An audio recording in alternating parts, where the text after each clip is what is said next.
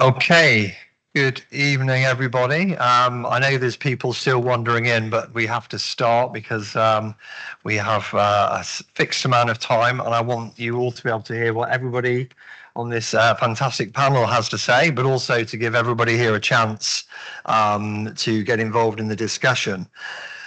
So firstly, just thank you all for coming. I know it's one of the late sessions in the day, but really great to see people here. But also thank you to the organisers. So this session is organised by Plymouth Marine Laboratory, Blue Marine Foundation, BNP Paribas Foundation, Global Ocean Trust, and the University of Plymouth. And what we're going to be talking about today is something really crucial in terms of the ocean, because one of the things that we've seen, and I used to chair I still chair the UK's government Marine Climate Advisory Committee. And in 2005, we produced one of our first reports, and people were slightly skeptical about the impacts on the ocean and the role of the ocean. And years later, people have said, actually, if anything, we underplayed our hand. The impacts are happening much faster than we ever thought would happen.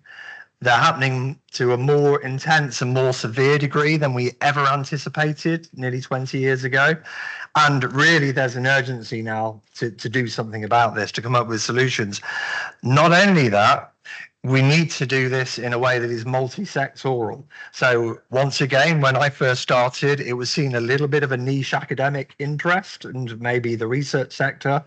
Now it's so clear we need finance involved, we need policy involved, we need technology, we need all the different sectors involved if we're going to actually look at both the impacts on the ocean, but also the fact that the ocean is one of our solutions. It's a major way of mitigating against climate. So that's what we're doing today. We've got a really fantastic group of people from a very wide range of sectors, and this will really bring together a fairly holistic approach to this whole issue. As we go along, just a quick reminder, hopefully this will work. Has anything changed? Oh, is that one? There we go. So just a reminder that we want this to be an interactive session. So please, as we go along, use the QR code now to get the Slido, post your questions, and there will be time at the end for some discussion and Q&A. So other than that, I'm just going to introduce the first speakers. So to begin with, I'll introduce both and then hand over to Niall. So we have Niall O'Dea, who's co-facilitator of the UNFCCC Ocean and Climate Change Dialogue. I'm sure any of you involved in the oceans in climate change will have come across the work that Niall is doing with his co-facilitator, and he's also Niall is also Senior Assistant Deputy Minister of Strategic Policy at Fisheries and Oceans Canada, DFO. And following now, we're going to hear from Regina Rodrigues, who represents Brazil's Ministry of the Environment. Regina is Associate Professor of Physical Oceanography at the Federal University of Santa Catarina and Chair of the Climate Disasters section of the Brazilian Network for Climate Change Research. So without further ado, I'll introduce the rest of the panel as we go along. I will hand over to our first speaker. Over to you now. Thank you. Okay, thanks, Matt, and thanks for having me here. And thank you to the organizers for pulling this event together in such a great set of panelists. As Matt mentioned, I co-facilitate the Ocean and Climate Change Dialogue within the UNFCCC process with Julio Cordano of Chile. And since its launch in 2019, I think the dialogue has become a really key platform for advancing the ocean's role in tackling climate change. And I think maybe picking up on Matt's point, really bringing together party and non-party stakeholders to integrate ocean-based solutions into climate strategies. And when we say non-party stakeholders, we've worked to get as diverse as we can in terms of those who participate in that from all sectors in order to diversify the perspectives and views that we bring forward. For this past year's dialogue, which was held in Bonn in June, we had two topics. Marine biodiversity conservation and coastal resilience was one, and the other technology and finance needs for ocean-based climate action. I'd like to briefly share the takeaways from those discussions. Hopefully many of you have had the opportunity to read the informal summary report. And I'll put a bit of focus on capacity building, blue finance, and how we can better integrate ocean-based solutions here at the UNFCCC. So with respect to marine conservation and coastal resilience, I think there's a growing recognition that protecting biodiversity, marine biodiversity through tools like area-based management and sustainable ocean plans must be supported by capacity building and skill development. Collaborative research and increasing ocean literacy are also crucial to that end and to inform advances in marine conservation efforts. Clearly, access to funding is also critical, especially for blue carbon ecosystems. Long-term tailored financing mechanisms are needed to restore and manage these ecosystems, and things like results-based payments and financial incentives can really help scale up these efforts. Just normally I don't speak from a Canadian perspective, but for a Canadian example here of how innovative financing can drive meaningful change, we've had over the past couple of years a project finance for permanence initiative. This is a federal government commitment of up to $800 million over 7 years aimed at supporting Indigenous-led conservation within Canada. The funding model here has been designed specifically to empower Indigenous communities to partner with governments and the philanthropic sector to protect nature. This past June, we celebrated the signing of the Great Bear Sea project finance for permanence. It protects over 100,000 square kilometers of ocean from Vancouver Island all the way up to the Alaska border. And I think particular to this conversation, over 20 years, it's expected to produce or create 3,000 jobs, to diversify local economies, and to revitalize indigenous languages and culture. And so I think that linkage between our efforts to mitigate climate change, to address biodiversity conservation, but also to recognize the importance of sustainable coastal livelihoods and build blue economies is really key to how we move forward in this area. And I would say that, you know, the federal government invested $200 million in that project, but the benefits over 20 years of that project are expected to amount to $750 million. So we consider that on any basis a very good investment in our coastal communities and in conservation and climate mandates. Here at COP29, government parties are going to be discussing several important finance mandates, such as the financial mechanism, the new collective quantified goal on climate finance, and the loss and damage fund. So parties should look at how these mechanisms can support implementation of the many initiatives and good practices that have been identified by the dialogue. And I note here that just over 300 case studies were collected just from this past dialogue, many more from the one previous. And I would encourage colleagues to take a look at what's there on the UNFCCC website. The second topic that we focused on this past year during the dialogue was technology needs for ocean climate action and the investments needed to scale up those innovations. Some technologies, including ocean energies and green shipping technologies, stand out as promising solutions for long-term carbon emissions reductions with low environmental impacts. Other technologies, such as satellite mapping and remote sensing, are critical for monitoring ocean health and supporting climate adaptation. Meanwhile, we did also look at marine carbon dioxide removal technologies and recognize that they continue to present significant uncertainties and require further research to fully understand their potential contribution, but also their costs, co-benefits, and risks. To unlock the potential of all these technologies, finance and capacity building are crucial. And there, governments need to create supportive policy frameworks to align finance and stimulate innovative financial mechanisms that reduce market barriers and reduce risks. So here, public-private partnerships, including things like blue bonds and blended finance, which I'm sure you'll hear from others on this panel about, are key to risk sharing and increasing the capital available to ocean projects. International finance institutions like the Green Climate Fund and the Global Environment Facility also play a critical role in providing grants, de-risking investments, and attracting private capital. Now I'll just briefly turn to speaking about how we can better integrate ocean-based solutions into the broader UNFCCC process. Several parties and bodies have made progress in recognizing the ocean's importance. However, I think much more is needed to address and ensure that ocean-based solutions are fully embedded in both national and international climate strategies. So we encourage parties individually to incorporate ocean strategies into their nationally determined contributions by establishing quantified targets for ocean-based measures, including blue carbon. We also encourage parties to include ocean strategies in their national adaptation plans. So incorporating tools like marine spatial planning and integrated coastal zone management into NDCs and NAPs can really help countries manage their oceans more sustainably. And these strategies should focus on both mitigation and adaptation potential of ocean to support climate resilience. Moreover, there's an opportunity to leverage synergies between the Paris Agreement and the Convention on Biological Diversity. I know many of us here may have just come from COP16, and there the national biodiversity strategies and action plans are a key tool, and we see the opportunity for ocean-based solutions to contribute in a triple threat to all three of NAPs, NDCs, and NBSAPs.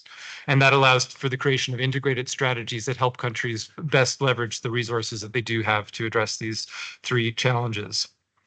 The interconnectedness of these UN frameworks also provides an opportunity to maximize and coordinate resources and coordinate actions under the UN system. And I encourage everyone here to work through those conventions to do so. To make the best use of limited resources, we should work together to streamline reporting obligations across these international frameworks. Whether that be the 2030 Agenda, the Biodiversity Beyond National Jurisdiction Agreement, and the Kunming-Montreal Global Biodiversity Framework. So finally, I'd invite you to take a deeper dive into the takeaways from this year's dialogue by reading our informal summary report. It is available online. And as my term as co-facilitator comes to an end, on behalf of both Julio and I, I'd like to thank this community for your active engagement in that exercise thus far, and wishing the best to our successors in those roles. And with that, I will turn it back to you, Matt. Thank you. Thank you very much. Thank you, Niall. And I just have to reiterate, if you haven't done already, please go and look at in the informal summary of the dialogue. Niall and Julio, I think, have done a fantastic job in both leading it and bringing it together. It's a really important document. So yeah, I'll just reiterate, please go and do that. And thank you very much for that summary. That's great. We're going to take questions towards the end, and as we go along, quick reminder, keep posting questions on Slido. So I'm going to hand over to our next speaker now, Regina Rodriguez, who I've already introduced, and over to you. And I think you'll need the clicker, and you press the big one at the top. Thanks. Thank you. And I would like to thank Matt for inviting me. Initially, it was supposed to be Ana Paula Prats, which is the director of the Department of Ocean, created from the Minister of Environment, Brazilian Minister of Environment and Climate Change, and was created recently, but she couldn't attend. She was in COP in Cali, and now she's coming for the second week, and I'm just representing her. But it was I just want to get it, what is Brazil are doing now is exactly the last part of your. So I'll tell a bit what we did, particularly within the G20 presidency. So we understand that we needed to recognize. I guess, yes. So, we needed to recognize the crucial role and capacity of the ocean in regulating the climate and the importance of marine biodiversity. Brazil has an extensive coastline, including the largest continuous stretch of mangroves in the world and the only coral reefs in the South Atlantic. As deforestation and droughts threaten the Amazon forest, ocean warming, acidification, and pollution threaten coral reefs and these environments. We are deeply concerned about the fourth most severe global bleaching event we experienced this year, which can accelerate the loss of biodiversity ecosystem service that these environments provide. Ocean warming is already a reality, and we needed to work together urgently and globally to reverse this threat. We highlighted this issue during our G20 presidency, along with the themes of a climate adaptation, payment for environment service, and circular economy. For this region, and in addition, To it, we are putting forward efforts to align our national biodiversity strategy action plan, climate plan, and national determination contribution with the coming Montreal Global Biodiversity Framework. We needed to raise ambitions for the protection and restoration of biodiversity worldwide, including marine and coastal ecosystems such as coral reef and mangroves, as mentioned. Brazil is actively implementing several ocean-based measures that are integrated into its broader biodiversity and climate strategy. Since 2023, the country has prioritized the ocean through the creation of a Department of Ocean and Coastal Management within the Secretary of Climate Change, of which Ana Paula Prats is the director, which should be here. The department's main mandate is to enhance the resilience of ocean ecosystems and the communities that depend on them. Key initiatives include marine spatial planning, which is being developed nationwide and is expected to be completed by 2030. Marine spatial planning is a tool for equitable maritime governance, but can also be used for decarbonization, helping to balance the growing demands for marine resource while protecting biodiversity and ecosystem. Additionally, Brazil is focusing on the conservation and restoration of climate vulnerable ecosystem, such as mangroves and coral reef. The National Mangrove Program has already been launched, and the coral program is currently under development. Brazil is also addressing major sources of environmental impact, such as plastic pollution, by strengthening its efforts within international negotiations. These ocean-based actions are closely aligned with our national climate plan, which includes a specific strategy for both mitigation and adaptation. The plan integrates the marine spatial planning as the decarbonization tool, along with initiatives like the creation of marine protected areas and the assessment of coastal marine vulnerabilities. The same actions are also included in Brazil National Biodiversity Strategy and Action Plans, ensuring synergy between ocean governance, biodiversity conservation, and climate resilience. MSPs aligns with target 1 of the GBF. Marine protected areas are part of the target 3 of the GBS, but they are also instrument for climate change adaptation mitigation, contribute to both climate plan and target 8 of the GBF.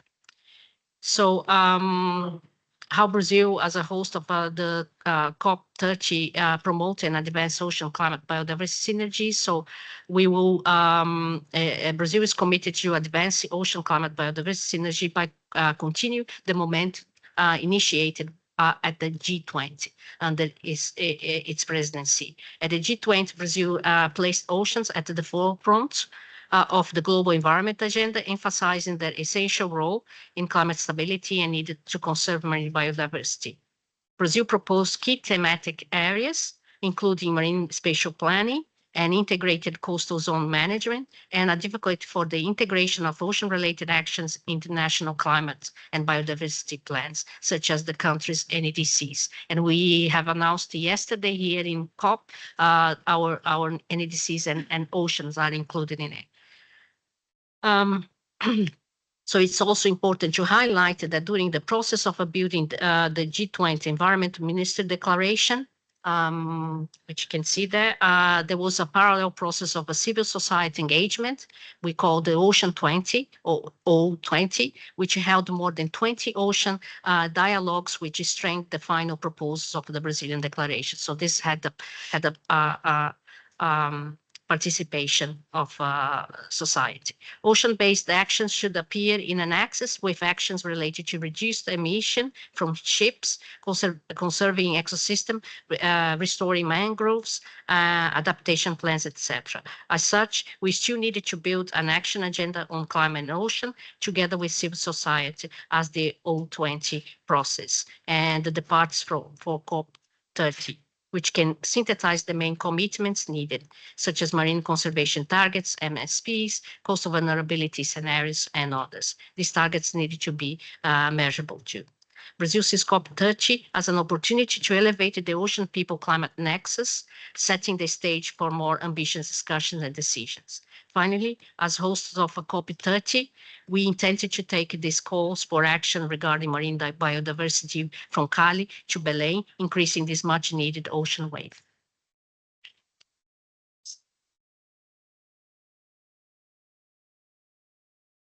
Thank you. And yeah, that's really impressive. And one of the things I loved about what you were saying is I lecture on thematic courses on international policy and things. One of the things I often say is what happens internationally doesn't matter if it's not implemented nationally. If there's no change at the country level, then what we're doing here doesn't really matter. And what I loved hearing about what you just said is you've got the Oceans 20 and you're doing this stuff in the G20.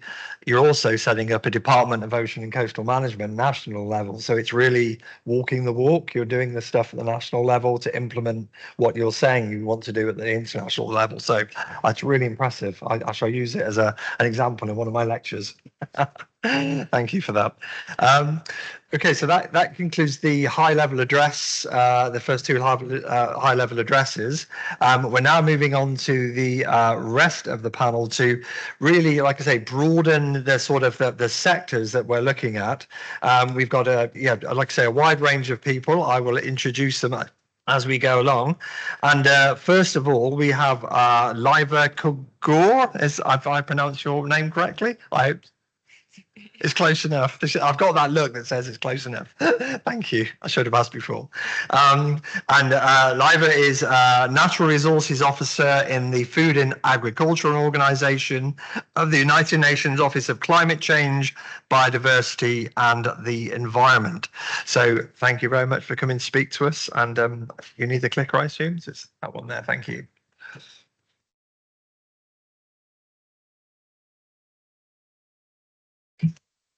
Thank you. So, as said, my name is Liva Kaugure.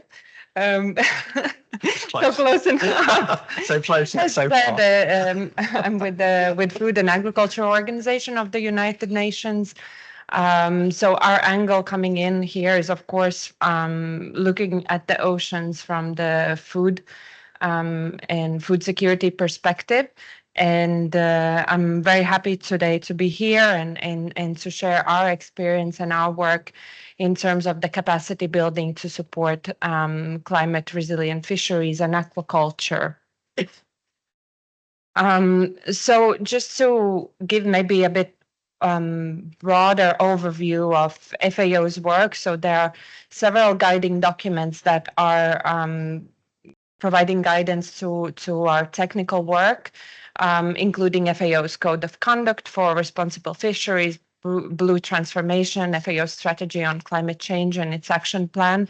All of these documents are adopted and discussed by the countries at our council, by all the member countries.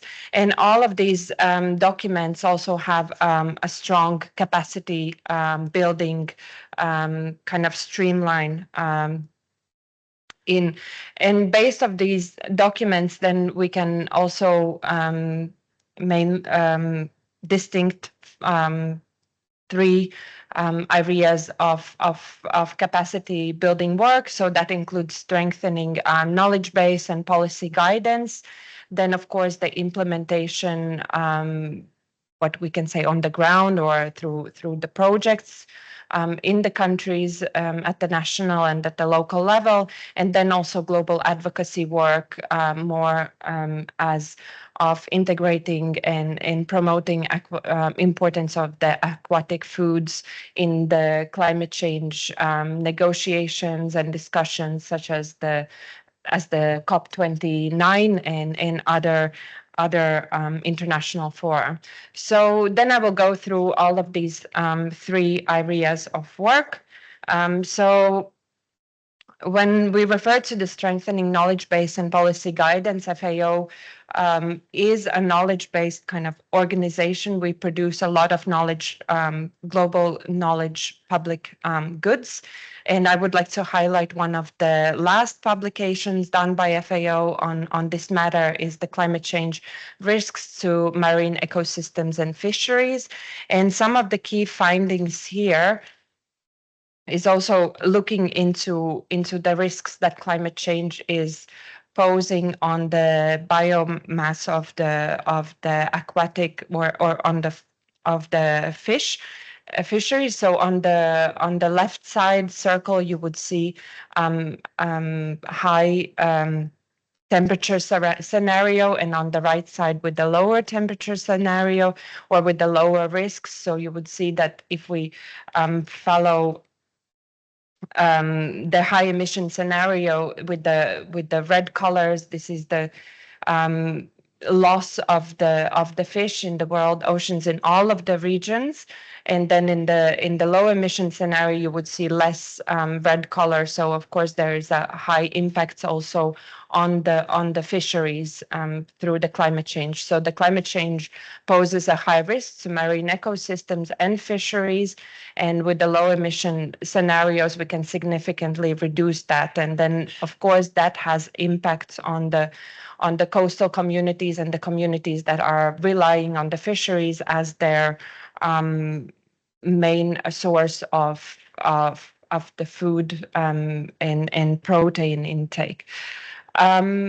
Then in terms of the implementation on the ground or the implementation through the projects, currently we have around 20 projects active, supporting about 24 countries in all regions in the world. Mainly they are funded by the GEF and GCF funds and also bilateral donors. And through these projects, FAO has carried out a wide range of capacity building activities to enhance the adaptive capacity of diverse stakeholders, starting from the governments, but also going down to the small scale fishermen. To give you an example, in the Caribbean, if, for instance, in Climate Change for Fish project, which was funded by the Global Environmental Facility, or GEF, so this project has been quite instrumental in the region. It was to enhance the local resilience. So it was also providing capacity building for the local fishermen on the safety at the sea, but it was also providing a guidance to the government on fisheries and aquaculture responses to the emergencies. But at the same time, we also, when we look in the analysis on the access to the climate finance for the adaptation action in this sector, some of our findings highlight that between 2017 and 2021, to the adaptive actions in aquaculture and fisheries, $0.22 billion were invested per year, where the needs are $4.8 billion per year. So the financial gap is also quite critical here, and there's not enough, as always, not enough finance going into the supporting countries at the national and also at the local level.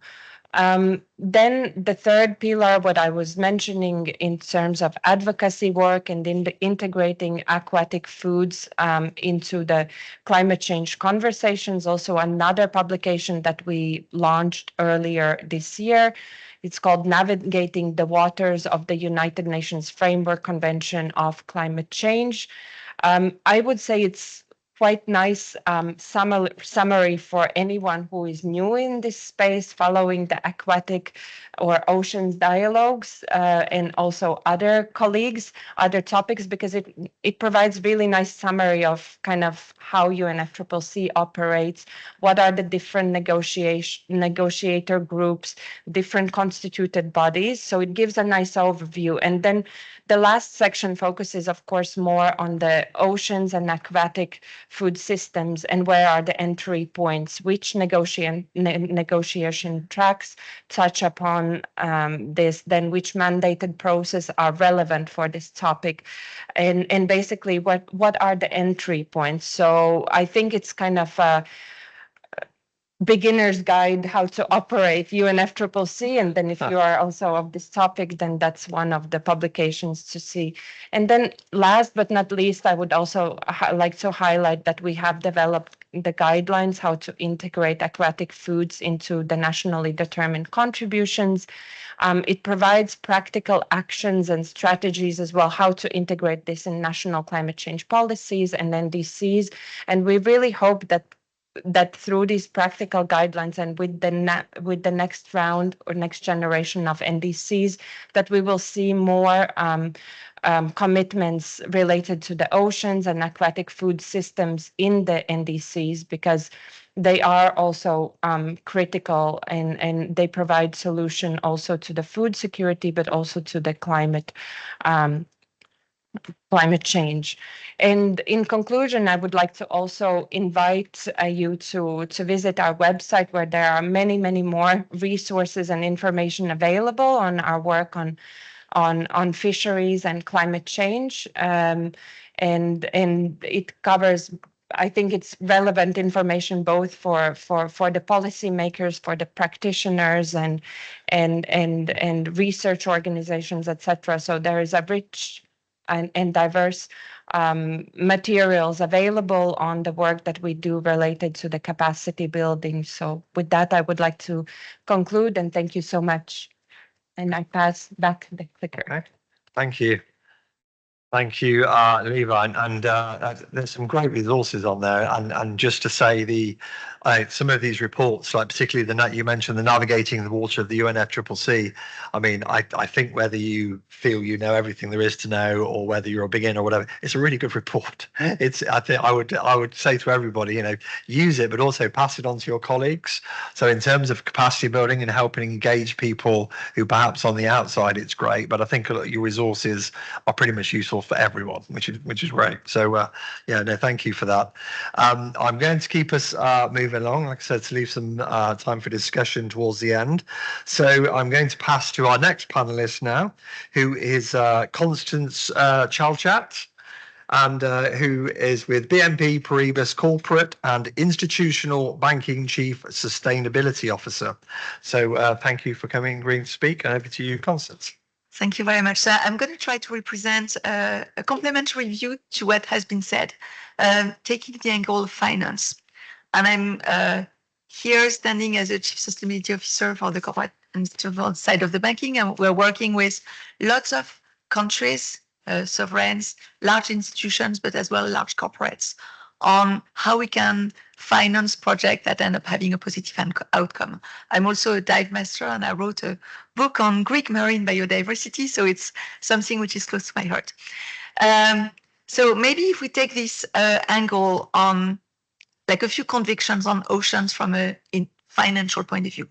First, what we're seeing is that oceans can suffer extremely fast negative degradations linked to climate change, and their impacts are very long-lasting. And those impacts are impacting not only climate, but also coastal economies and livelihoods. A few examples that I witnessed myself. About 20 years ago, I was diving in carp forests in Tasmania.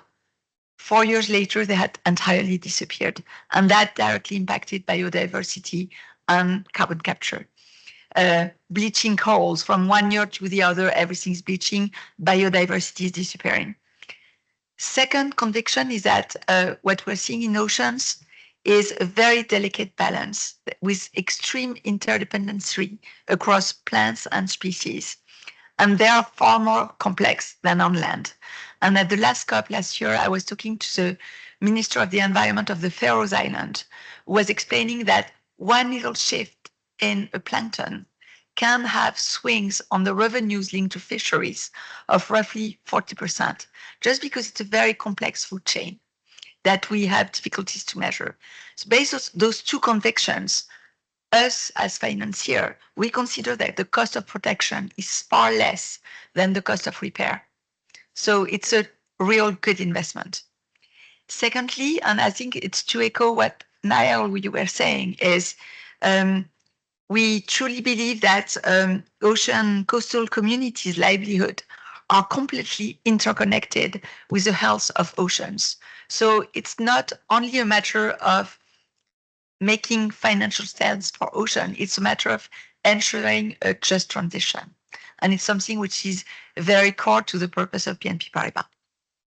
So now from a financial point of view, we tend to consider oceans in the broader concept of water. And I'm a firm believer of a blue finance segment, which we need to build. We were on Panos earlier this week. Not all banks are aligned on this. We firmly believe that blue cannot be a second citizen to green. There is a real need for a blue finance segment. Why? Because water specifically has a mutual dependency to climate.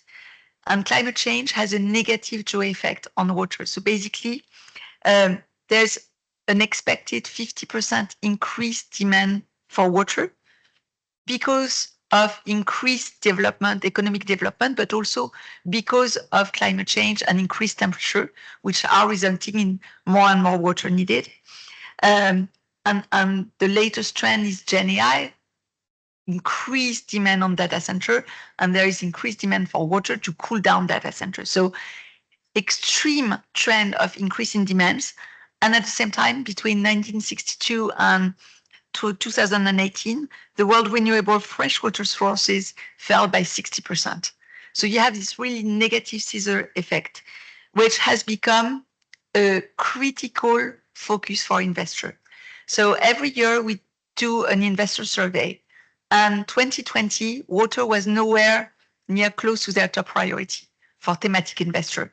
And what we've seen is in the last 3 years, every year, water is becoming more and more important, to the point that this year, when we did the survey, water had become the number 2 theme immediately after energy transition. So we believe there is a real appetite of investor for investment in water. So it's now, how do you get them materialized? And how does this appetite for investment in water also benefits oceans? Maybe a few examples on this. So this year we launched the Blue Finance Impact Loan Facility for Marine Protected Area. Basically, it's a loan facility which is dedicated to supporting the project that you were describing, where basically it's reef positive businesses that benefits not only marine biodiversity, but also benefits coastal communities. We also are working with the World Bank on a very innovative type of structure, and typically it's called outcome bonds, where the World Bank will refinance or will issue a bond to refinance a loan they have to Indonesia. And as part of this refinancing, there's some savings done because the World Bank has a AAA rating, so much better rating than Indonesia. And part of the savings will get allocated to the protection of coral reefs in 2 or 3 areas, Raja Ampat and then next to Jolo. And what we're doing is we're also benefiting from the donation and support of the JEF. So it's one of those things where it's localized impact, but it's a very, very innovative mechanism that gets talked about because it's a new segment created in the world of development finance. And we believe that it's by showcasing those great examples that you create an appetite and you get the ball rolling when it comes to mobilizing the community of investors. Now, beyond oceans, we also work with countries on water. So we include water as key beneficiary project at country level. We've been supporting Italy with their green bond, and we include water as part of the proceeds of the green bond because today that's what Italy wants. But we don't exclude one day to be able to do blue bond at a country level with countries that have large coastal areas like Italy. We're also very active at a corporate level, supporting companies in their blue finance project. And we were the first bank to issue a blue bond for a corporate in France called SOR a couple of months ago. Maybe one last example is there's not that many funds that are linked to water, and BNP Paribas has been, as part of their asset management fund range, an aqua fund, which has been one of the most successful fund of our entire fund range. So prove that you can do it. But I think we need more bank and more great example of projects to be able to mobilize attention and really perform a thought leadership action when it comes to creating this interest and this new blue finance segment that deserves to be created. Thank you. Okay, thank you. And I mean, yeah, I agree with your last point totally that, you know, we need more people to do this, but it's also fantastic you're taking a lead in doing this. Like you said, the more good examples there are of projects out there, then the more people, hopefully the more banks will jump on board. And I love your phrase, blue is not second citizen to green. Totally. Yeah, I'm going to get a badge with that, I think, for the rest of the meeting. That was excellent. Thank you. Okay, we're going to keep moving and staying with the finance theme in particular. I'm going to hand over to our next speaker, who is Torsten Thiel, who is founder of the Global Ocean Trust. So, Torsten, without further ado, over to you. Thank you. Thank you very much. And I'm very lucky to come after such great speakers who already gave you an insight on how important it is to address ocean finance and its complexities and its linkages with climate finance.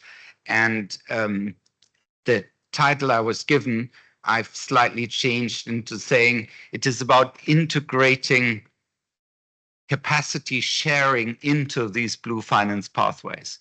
Because what we're really building is a common understanding for a joint approach for an integrated, comprehensive, open ocean finance architecture. Because what you heard from Niall's brilliant example about finance for permanence in the Canadian context, what you heard about new products from BNP Paribas, specifically focused on nature solutions, these are entry points. But what we're really talking about is that the ocean climate finance opportunity is very significant and at the moment entirely underserved. And this isn't just a matter of amounts. It's a matter of approach and common understanding. And a few years ago, we wrote an ocean finance paper for the high-level panel for sustainable ocean economy. And if you go through the hurdles we identify in that paper, the availability of money is one out of those 7 hurdles. So there's a lot of joint capacity understanding and sharing required, all the way from what are actual real local needs to what are investor needs and how do you create that pathway, the way through the middle. So first point to understand is this more recent statement that we made that about 1/3 of the climate challenge can be addressed to ocean type investments, which to anybody who knows that we are essentially on a blue planet should be obvious, but for many people is something that is only coming up, emerging as an understanding. But building that large scale finance requires a deeper understanding of the specific sectors, regions. So when we looked at the ocean breakthroughs as a way to identify where to drive critical mass of change, we found that in some sectors, it wasn't actually about the money. And we'll hear about offshore wind for a moment, in a moment, which, so that analysis, there's a lot of potential in developing countries and there's a lot of money available for the sector. How do you make those needs and approaches meet? And then the other related topic is really about what is finance there to deliver. And I think we've made a lot of progress in starting to understand that a sustainable and regenerative blue economy, it is about the outcome, the impacts. How can we help ocean marine ecosystems restore themselves, rebuild abundance, bring in that kind of drive so that we are not just financing individual projects, but that we are delivering finance in this holistic way so that it has those broader outcomes. So one of the ways to start thinking about these approaches is really, I find, in a very clear way of separating the issue of the potential sources of this finance to the types of uses and needs that we see as priorities, and then talk about the actual mechanisms and pathways. And you may have seen just at the beginning of this week, there was an article by President Macron and Prime Minister Mia Mottley about levies. So as a way of thinking, how can you bring money in from an approach of global levies? And as you know, in the shipping industry, to take one particular ocean industry, shipping industry is committed to pay a carbon type payment. $100 per ton would mean an $80 billion a year source of funding. So going through that thinking, the sources question we can start thinking about. But it's just as important to think about what are the uses? Where would we want this money to go? And so one of the works we did in the run up to delivering 30 by 30, so creating large, meaningful marine protection, obviously requires funding, but as you plan for 30 by 30, finance needs to be part of that planning process. And that is, again, part of why this capacity sharing is all about bringing those tools together, rather than a more traditional approach where you get a design, a scientific approach, and then come to finance at the end. So it's that integration. And it's also that integration around the kinds of monitoring and verification tools that, as you think about a global ocean data infrastructure as an investment opportunity that allows you to deliver on multiple use cases, on the need for proper protection and reporting, but at the same time for optimization for industries in the ocean space. And so you have multiple repayment streams for that kind of approach. And you have investable propositions that can be brought to larger investors because they are more familiar with those types of structures. So as we look into these mechanisms and pathways, and you already heard about blue impact, we have that on the equity side, we have blue bonds and outcome-oriented finance, we have blue growth capital, we have a lot of areas where specific financial tools exist that can be targeted and used in this space. But it's only by thinking about it in this concept of a comprehensive ocean finance architecture. And so I just wanted to give you a few examples of what that means in the real world. So for instance, a few years ago, we supported through the Blue Natural Capital Financing Facility hosted by IUCN, some very small projects in local communities around how to combine for local community seaweed farming with marine protection and with gender positive development in that community. And it turned out that one of the opportunities on the seaweed side had been challenging exactly because the scale of production wasn't at a level where it linked into global value chains. So by bringing those together, working with the community, we ended up with a project where a very small grant investment allowed them to build up to that next stage, that scale on the logistics side, link up into a global value chain approach, change the local financing, which is now entirely women-run, into these different communities, improve the marine protection that came as a result of the seaweed farms being strategically located to protect the reef. And that project has since found a private impact investor, has been nominated for an Earthshot Prize. So at local level, bringing these components together is entirely possible. With the Ocean Risk and Resilience Action Alliance, we have worked on what we call the Sea Change Impact Finance Facility, which is really a way of saying, what are the specific gaps that we find and that we can start filling? So that includes on the guarantee side, because the transfer of risk is a key component here, which includes on the investment side and on the blue bond side.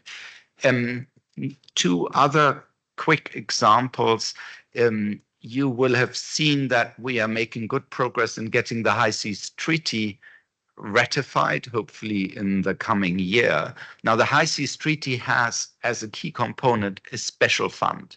So it has its own financing mechanism to deliver on the needs of the High Seas Treaty. And what that means is the capacity for developing countries to fully engage in delivering on the protection of the high seas. And that is a very different approach to a traditional international treaty that defines a goal, but doesn't deliver the support required in order to actually provide the outcomes. So that's another example. And then as we are here at this event, just a quick reference to a paper, a policy brief that with the Ocean Climate Platform and Aura we brought out just a few days ago around how ocean finance can be unpacked for climate action. And it's, I think, a good read for all of you, and I think key to note that it does focus on this common understanding on the joint inclusion of ocean-based indicators and parameters. And so I think we are on a really exciting journey here, jointly building ocean finance, blue finance, as a targeted process that will help us deliver on these ocean climate solutions, and importantly, the link between ocean climate and ocean nature solutions. And if we can achieve that transition, then the ocean becomes a key driver to a just transition that is required. And that is really, I think, why finance is such an important opportunity here to move that forward. Thank you. Thank you. Thank you, Torsten. Yeah, excellent. And some really nice examples there. And one of the things that I hadn't actually thought about before is how unique the BBNJ is, in particularly in terms of that financing. And I think it's going to be fascinating to see how that develops as compared with previous conventions that you've mentioned and previous agreements that didn't have that capacity sort of building element, although I will not use capacity building from now on, because you mentioned capacity sharing, which is great. I love the concept. I don't like it because I have to rewrite my talks for the rest of the week, but other than that, I like that idea of capacity sharing. So no, that was great. Thank you. Okay, I'm going to hand it over to our next speaker now, who is Deborah Greaves, and Deborah is head of the Centre for Decarbonisation and Offshore Renewable Energy at the University of Plymouth in the UK. So thank you for coming, and I'll hand down the it's the big button. Thank you very much. Thank you, Deborah. Thank you. Thanks, Matt. And thank you very much for everyone for helping to put this together, and for all the really interesting talks I've heard so far. So I'm Deborah Greaves. I'm Professor of Ocean Engineering at the University of Plymouth, and I'd like to talk a little bit about offshore renewable energy.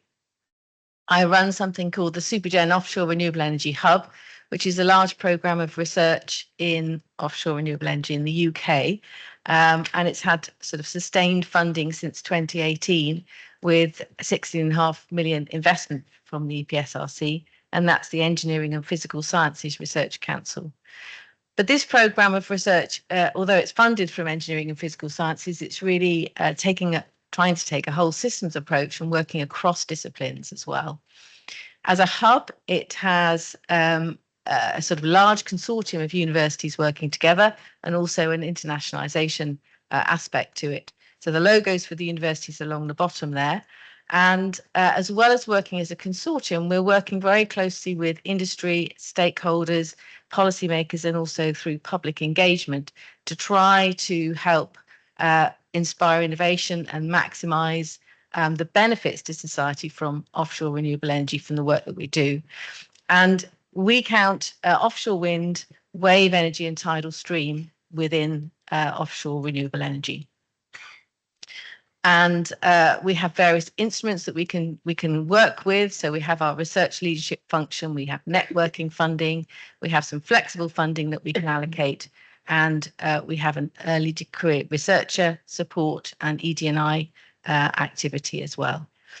So in this phase of the hub, then we have a focus around trying to develop our research to support the real urgency of change and advancement in the build out and the development of offshore renewable energy.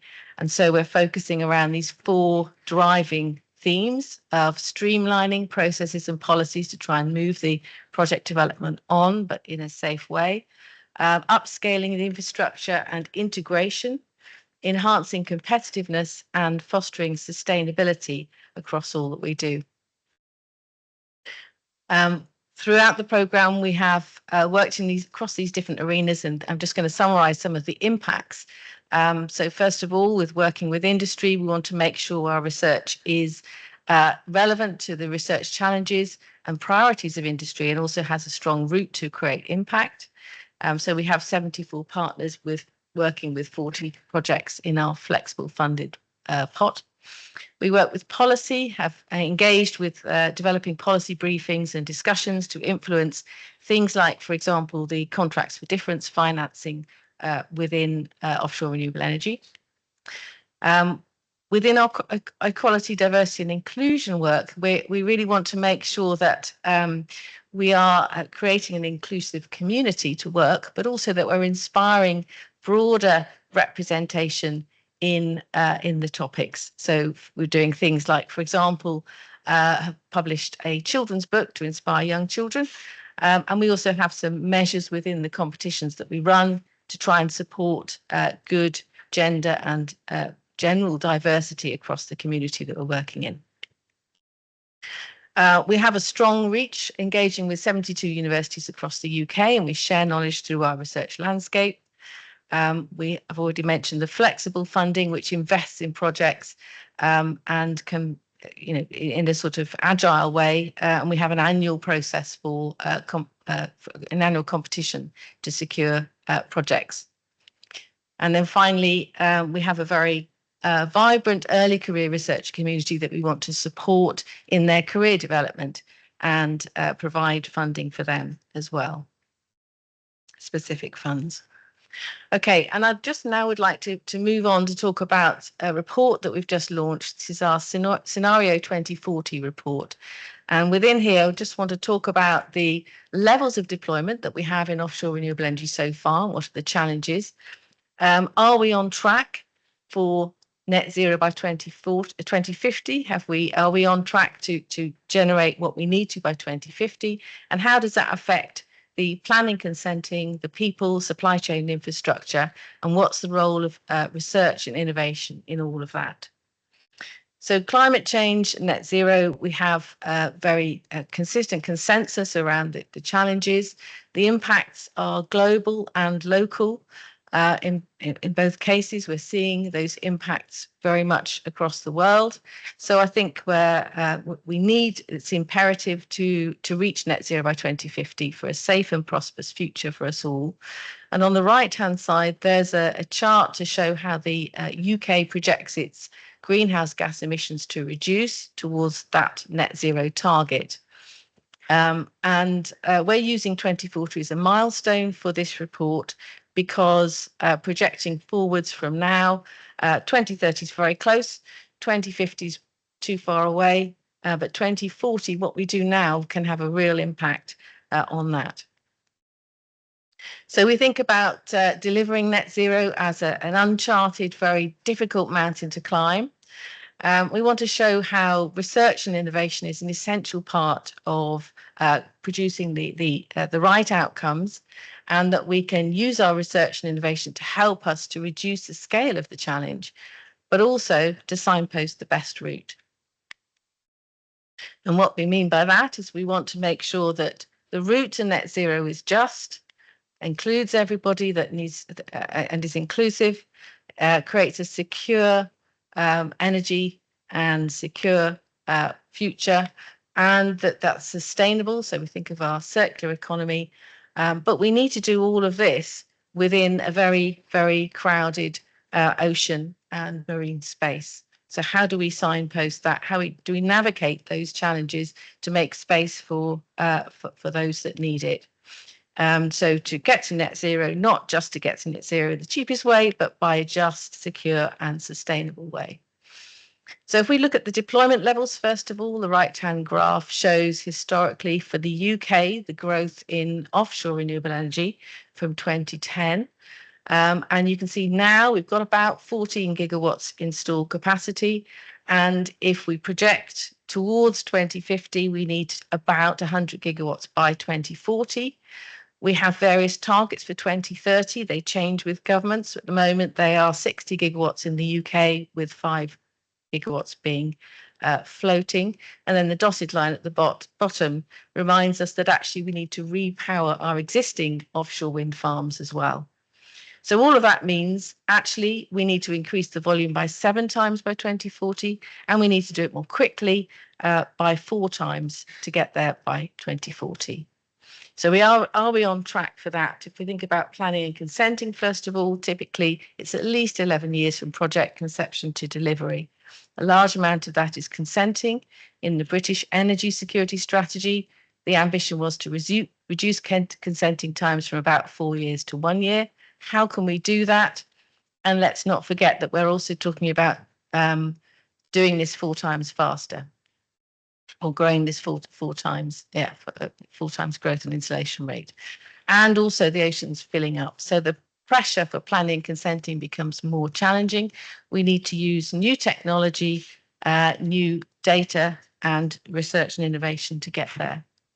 We also need the people. We need 3, there are various estimates you can get from the industry, but some of those include 3 times more what we have now in the workforce by 2030 and 6 times by 2040. We can, business as usual is not going to be enough to get this workforce in place. We need to be more inclusive as well, and not forget 51% of our society, because gender isn't well represented in science and engineering. Research and innovation can help us to increase productivity and improve safety offshore. And we also need to train and upskill and reskill the workforce to create those roles in the sector and fill the workforce gap. With the supply chain, infrastructure and grid, typically these projects take decades to produce. And there's an enormous amount to do for the grid in order to overhaul that, to develop ports and other infrastructure. Research and innovation is an integral part of how we can do that. In the UK, there's recently been launched the Offshore Wind Industrial Growth Plan, which is, if you like, an industrial strategy for how we can develop and innovate to create that supply chain. So we all have a role to play in helping to get to net zero, to help to challenge, to overcome the climate and biodiversity challenges we have. And the research and innovation, we mustn't forget, it's going to help us to reduce the scale of the task, but also to signpost the best pathway and train the workforce of the future. We need to increase by volume 7 times, by rate 4 times, and the number of people by 6 times. But we need to do that in a just, secure and sustainable way. So if you'd like to access the report that we've just published, which gives a lot more detail on all of this, then please do look on the website there or get in touch with me. Thank you very much. Thank you, Deborah. Really impressive piece of work, and I think one of the things about that is a really nice example of collaboration. I often hear academics say, "Oh, you can't talk to industry; it's too difficult." You've got 74 industry partners, in addition to 111 universities and extensive policy engagement. So, I don't think there's any excuse for academics to say it can't be done, because you're showing it can be done. Yeah, which is great. So, yeah, really nice example. And we've got one final speaker before we get on some discussion. And I hope this works, because this is Maddie Millington Drake, who's Senior Climate Project Manager with Blue Marine Foundation. But Maddie is joining us by the magic of virtual participation, I believe. So I think I need to click. Well, I can do it if you like. Right, so let me see if this works. Good evening, everyone. Can you hear me? Yes, we can. Thank you, Maddie. Perfect. I can't see any slides or the room, so hopefully my slides are on the screen somewhere. But I'll just just say next slide, Maddie, and I'll click forward. Okay, perfect. Thank you. Yeah. So good evening, everyone. Thank you for allowing me to join you all virtually. So today I'm going to be discussing a topic that a few of the earlier speakers have already mentioned, which is around the need for alignment between national climate and biodiversity strategies, and how the ocean can provide integrated solutions to do this. I'll be focusing on the policy brief Blue Thread that was launched ahead of COP16 with Blue Marine Foundation and the Ocean and Climate Platform, alongside a lot of other partners and experts, and hopefully you can see everyone's logos on the slides. And so both adopted at the 1992 Earth Summit, the CBD and the UNFCCC are highly complementary. But despite this and the strong potential for alignment and cooperation, synergies between the two conventions have remained insufficient. Interest for synergies has increased with urgency, especially with the initial progress since the adoption of both the Paris Agreement and then in 2022 the Global Biodiversity Framework. And last year, the global stocktake recognised the importance of tackling the climate and biodiversity crises as one and the same. However, there's need to move beyond this sort of ad hoc cooperation and strengthen these synergies, including at the implementation level. Therefore, aligning national biodiversity and climate strategies will be crucial. And despite their overlapping and complementary nature, they're also currently addressed as separate policy processes and often separate institutional responsibilities at national level. So this can make coordination quite challenging, and it risks these inconsistencies can undermine effective action on the ground, and it could also, in some cases, even result in counterproductive policies, for instance, where decarbonisation pathways are harmful to nature. And so this separation can increase the competition for limited resources, be that human or financial, as Torsten's already touched on. And it can also send contradictory messages to non-state actors and national entities around what to prioritise and where to prioritise these different resources. So this year's agenda favoured the further coordination and collaboration of national administrations, as for the first time the two submission cycles overlapped. So national biodiversity strategies and action plans were due in October, and nationally determined contributions, as we know, are due in February 2025. And so this provided an opportunity for enhanced policy coherence, amplifying impact, and including the maximisation of co-benefits while minimising trade-offs. Next slide, please. Sorry, I forgot to ask.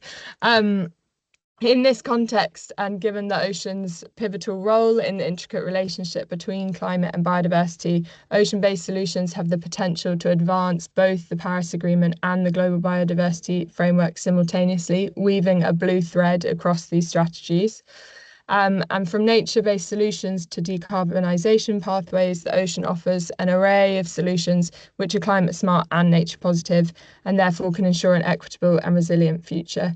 So the brief outlines three main strategies to achieve this. If you go to the next slide, hopefully I'm on the right one. Sorry if I'm not. But Levers for change, Maddie, is what they're on. oh, levers for change. Oh, back a couple. Sorry. Ocean breakthroughs or alignment. Ocean breakthroughs is right, yes? No, back one, sorry. Back one, alignment across conventions. Perfect, thank you. Okay, there we go. Firstly, by developing long-term strategies to integrate both the CBD and the UNFCCC processes, this can enhance policy coherence. But until a mandate for integration exists and is made explicit, coordination will continue to be fragmented, and therefore the ocean we risk the ocean remaining as an underutilized solution. And so the paper suggests that the establishment of a joint work programme between the two conventions to identify the best options, including ocean-based for coordinated biodiversity and climate action based on science and through the respective subsidiary bodies. And this could also suggest better ways to integrate biodiversity into NDCs and climate objectives into NBSAPs. And then alongside this, to support these efforts, we need to better understand the interactions between the ocean and biodiversity and climate and the solutions at this nexus. So the IPCC and the IPBES should strengthen their coordination, for instance, by organising co-sponsored workshops on ocean-based solutions and to inform the development of climate smart and nature-based nature positive strategies for the ocean. So next slide, which should be the ocean breakthroughs. So the ocean breakthroughs can fast track these solutions, and for those of you who aren't potentially familiar with the ocean breakthroughs, they're focused on 5 key sectors.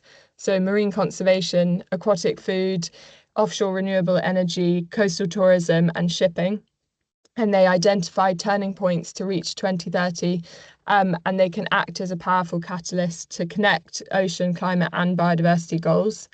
And so coastal and marine nature-based solutions could be deployed to maximise these co-benefits for mitigation, adaptation and resilience goals, and can also provide biodiversity and socio-economic benefits. And then simultaneously, decarbonisation pathways can be used to avoid and reduce the impacts of mitigation measures and minimise potential trade-offs across biodiversity and climate action. Next slide, please. And then thirdly, there are numerous levers that we can activate already to strengthen these solutions within national strategies and ensure integrated implementation. The brief offers quite a lot of solutions, so I'm just going to focus on 3 quite briefly, which is finance, technological support and monitoring. So on the finance side, I won't dwell on it because we've already had 2 brilliant speakers on possible solutions. So climate and nature finance architecture needs to align and also fully integrate ocean-based solutions. So the upcoming negotiations, or the negotiations that are already underway at COP29, is a critical opportunity to embed the ocean within this climate finance architecture. Secondly, countries could request technical assistance to enhance ocean-based solutions within their national strategies. So ensuring alignment again, and initiatives like the NDC partnership could play a pivotal role in this and supporting this effort. And then finally, on monitoring and reporting mechanisms, we need these to align for both national and collective progress. So aligning these reporting frameworks such as the GBF and the Global Goal on Adaptation will help reduce reporting burden for parties and ensure that the review processes effectively inform one another. So in conclusion, this is by no means an exhaustive list of opportunities, but it's evident that the ocean offers an array of solutions that are both climate smart and nature positive. And ultimately, the blue thread should not just stop at climate and biodiversity conventions, but connect all relevant multilateral frameworks. So with that, I would like to conclude, and thank you very much. And sorry about the slide order. No problem. It actually worked a lot better than I was expecting. So thank you, Maddie. Yeah, and thank you for joining us virtually. I know it's always challenging, but that was an excellent contribution. And I do feel like I've just been giving everybody homework throughout this, but once again, it's an excellent report. Please download the report and read it. I'm seeing nodding from other people who are authors in the audience, but please, yeah, it's a really nice report that kind of summarizes what Maddie said about this alignment through the different areas, different conventions. So yeah, plenty of homework from this session. But before we wrap up, I did say we would have some time for questions. Now, the Slido should be, oh, is it gone? The Slido is on there, but actually, to be honest, I'm happy to take questions, comments straight from the audience. Don't feel you need to use the Slido. I do have a question of mine, but I'm going to hang on for a second just in case. Is there anybody who has, it can be directed for the whole panel or to an individual, one of the speakers? Okay. Maureen, thank you. Thank you. Don't know if it's necessary, but hi everyone. For those who don't know me, Marine from the Ocean and Climate Platform, and I had one question for you, Niall, about the role of the ocean in climate change dialogue, specifically in this context of synergies. How do you think we can strengthen synergies between climate and biodiversity through the dialogue? Thank you. Okay, thank you, Marine, for the question. So I mentioned this briefly this morning, but I think that the dialogue, because of how it's designed, actually provides a pretty unique opportunity to find these synergies among conventions. And that's in part because it is currently not a formal part, negotiated part, agenda item within the UNFCCC process. The way we've been able to approach it is a very integrated party and non-party observer forum, within which I think actually the diversity of representation is actually the power of that forum that will allow us to get at those synergies. And that is to say that many of the people who are participating in those ocean and climate change dialogues on a year-to-year basis are also present in the biodiversity spaces, are also present in the more dedicated ocean spaces, for instance, at the UN Oceans Conference, at the Our Oceans Conference. So I guess what I would say is that the real linkage is people. But what's important about many of us being in these various fora is that we then kind of work with others who are more dedicated in those fora to understand where those linkages can exist. And that as we're working with negotiating partners who are within those various fora, that we're working with them to build the idea of those nexi, I'm not sure how you say that, into into the various the places. And I think the other thing I would say is that hopefully between here and UNOC, we have enough parties to ratify the High Seas Treaty. That will be a treaty at its kind of conception. So the first COPs will be where many of the much of the design of that treaty as it will live onward will be discussed, negotiated, and designed. And I think the ocean community being able to take into that forum in those initial negotiations an understanding of what an appropriate nexus is and how to be efficient as we work across these different forums, I think can be very powerful in the design of that particular new treaty mechanism. So that's what I would have to offer, but others in this room may have really good ideas on that as well. Thanks. Thank you. Okay, and a question from the gentleman over there.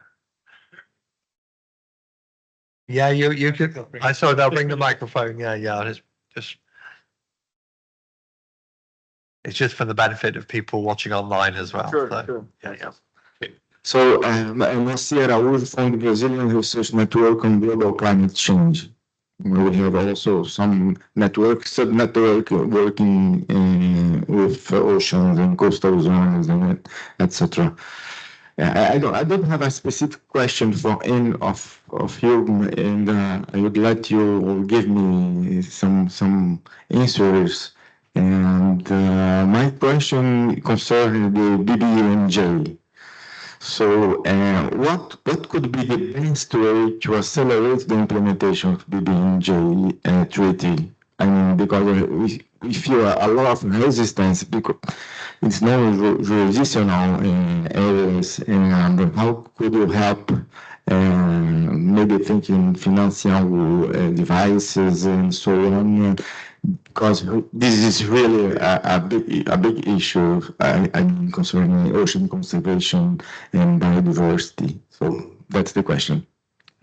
Yeah, that's a great question. I'm not sure who wants to jump in first, but Torsten, by the looks of it, thank you. No, very, very happy to, because I think you're absolutely right. We need rapid implementation beyond ratification. And that means we need to make the most of the positive decision in Cali about the EPSAs. That gives us a starting point. We need to make most of the positive contribution that the GEF, the EU, and others have already done in supporting countries in that first work. And we need to make the most of the special fund that I mentioned. And the special fund is there for this process. Engaging in its design and implementation is key and a real opportunity.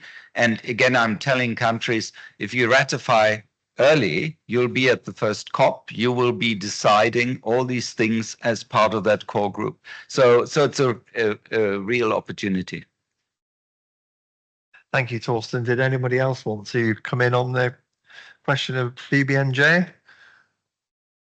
Oh, I think. Maybe just to add briefly, I think one thing with respect to rapid implementation of the BBNJ, which I agree will be very important, particularly as we look towards the 30 by 30 targets and recognize the important contribution that high seas protection can make there, is that we do have a lot of existing high seas governance, and that's particularly in things like regional fisheries management organizations and beyond. And we should think through, in the context of the BBNJ, how we can leverage some of that existing governance to accelerate progress by having focused regionally based conversations on where protection can exist, where the other measures contained within the BBNJ can be brought to life without needing to create things from scratch. So I just offer that as a suggestion. Right, thank you. Okay, do we have any other questions from the floor or from Slido? Otherwise, I'm going to jump in and ask a question quickly. Okay, so it possibly be the final question. So one of the challenges we have in this whole area of solutions for the ocean is that we know there's a lag in the system, and we know that whatever we do now is going to make a difference, but it may be a while before we see all of those benefits. And that's very difficult when we work in political timeframes that are very short. Politics moves very quick. Governments are dealing with the next year, the next 5 years is what they call long term. How do we convey the message, particularly on financial investment, that people should invest now, that governments should invest now, but actually convincing them that it might be a while before they see all of the full benefits of that? Because I find that a really difficult one. And sometimes that's the bit where we lose people when we start talking about 2050 and 2100 and things like that. So that's my question. One or all of you, and I can see Torsten is rearing his answer. So please, Torsten, go ahead. It's great opportunity to follow up on a point that actually BNP Paribas made very clearly, that the cost of protection is less than the cost of repair. And the same is for prevention, resilience, and adaptation. And the reason that hasn't yet led to significant financial flows is there's one additional thing you have to do to fill that gap. And it is the mechanism through which you calculate that price. And so we need valuation of natural capital assets, rigorous economics, and uses of price mechanisms such as insurance that allow us to identify that number, because then we can create the financial shift. And I think the speed will come from the moment where we have created the shift so that the large asset owners who would love to come into the space and don't yet because they don't have that change will be creating the demand. Because at the moment it's supply of some projects and not sufficient demand. At the moment that switches the other way around, I think we get the speed. Maybe I can comment to it as well. It's extremely difficult today to finance things based on this equation. We're struggling. And we're seeing also the amount of financial aid for projects that have no cash flows being reducing every year. So we also need to maybe take a different look at it and see if we can create self-sustainable business opportunities on those topics. So I really liked what you're doing with the offshore. I think it's interesting. What we're seeing also in terms of good example is ecotourism or developing tourism areas where there's a real benefit to protecting marine areas because it's good for tourism and quality tourism. But we really need to invent things that would be ultimately stay self-standing without aid. Otherwise, we're putting a lot of things at risk of being deprioritized because there's so much to do everywhere on all topics. So I think this is very important. It needs to be like, let's invent the business models of tomorrow where things are self-sustained because because it's not only sustainable, but it's profitable. Thank you. Thank you. Yes, Eva.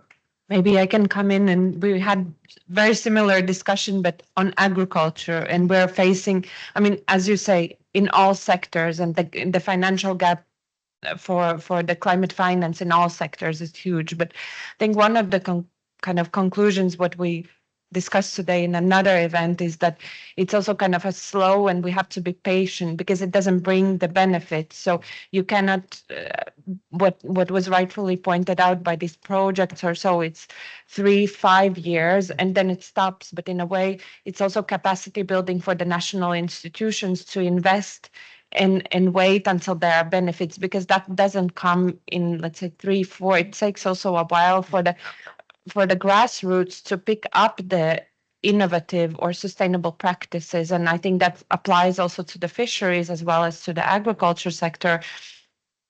And it takes at least 10 years before there are kind of benefits. So I think it's also the building the capacities at the national level for the governments to understand that it takes time, and you have to continue to invest and provide those incentives for the grassroots communities, a small scale fishermen in our case, or from the FAO's perspective, before it will bring back the kind of return for the climate benefits. Yeah. Excellent. Yeah, thank you. I'm going to pass over to Gina and then Deborah. So what I want to just say, from the perspective of Brazil, all the funding for well, not all, but majority of the funding for climate action is for the Amazon. This is a problem. Also, our economy is based on commodities, on land. So in terms of convincing the people that actually the ocean has any importance in their life is really hard. So I think ocean literacy is one thing that has to be, and then we have someone from Brazil that is in the audience. You know, we really have a hard time in Brazil to actually convince people that ocean has any importance on their life, because all the economy is on land. We live on land, and then climate related issues they don't understand. We try to use the argument that ocean actually impact but is the ocean. I think literacy is not high there to do that. So this is very important, and so we have to actually call Blue Amazon. We call the ocean in Brazil Blue Amazon to actually appeal, which was weird for me. But you know, then people, oh, okay. So then now we managed to include this as a biome. Now people understand that the ocean is a different biome. So we have to do all these things. Brazil is doing really quick, but in the last years. But it's a whole of things that we are doing to try to actually get that on board for the ocean. Thank you. I'll take one final quick comment from Deborah before we finish. So over to you. Okay, so I think there's no disadvantage in moving early and achieving net zero sooner than 2050. Great. It's also a global competition. Well, it's not. It's a global challenge. So you know, there's another argument, and I think the other thing is not to forget people, because if we focus on projects and net zero, then we might forget the additional benefits that we can get out of this. So we need to think about the economic, social, biodiversity and community benefits, which by using local knowledge, we're more likely to have successful projects and more likely to have projects that get through consenting successfully, and it's a net benefit. So finding common benefits, net benefits, and that nexus. Thank you. Thank you. Fantastic. And I think that's a great comment to finish on. We need to wrap up now. So firstly, I'm sure you'll all want to join with me in the traditional way of thanking our speakers and our excellent panelists.